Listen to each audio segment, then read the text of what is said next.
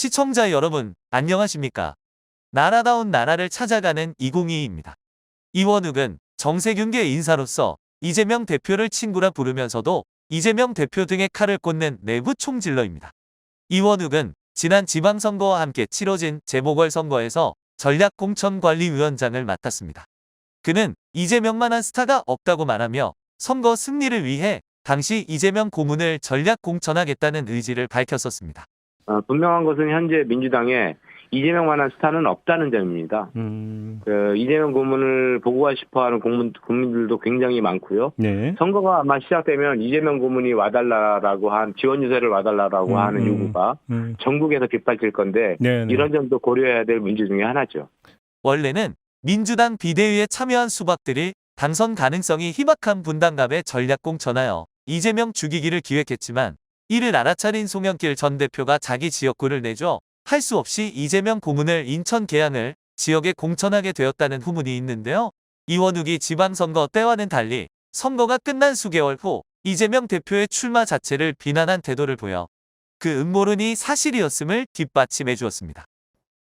이재명계 의원들이 많이 줄어드는 건 사실인 것 같습니다. 개항을 보궐선거에 대통령 후보 떨어지로 나와서 떨어진 사람이 전막 출마하고 이거 너무한 거 아니야? 라고 하는 생각들을 갖게 된 의원들이 많이 있고 그중에는 이재명 대표의 경선 때 가장 측근에 있었던 의원들도 일부 거리두기를 하고 있는 것으로 확인이 되고요.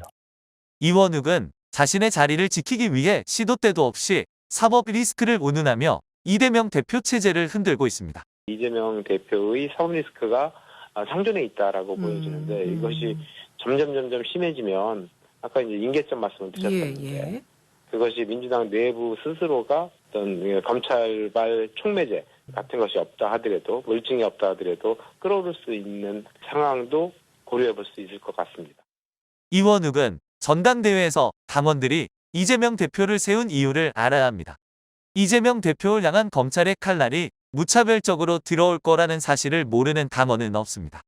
대부분의 민주당원들은 무도한 윤석열 검사 정권으로부터 민주진영의 가장 유력한 차기 대선 후보를 지켜야 한다는 생각으로 이재명 대표를 선출했던 것입니다.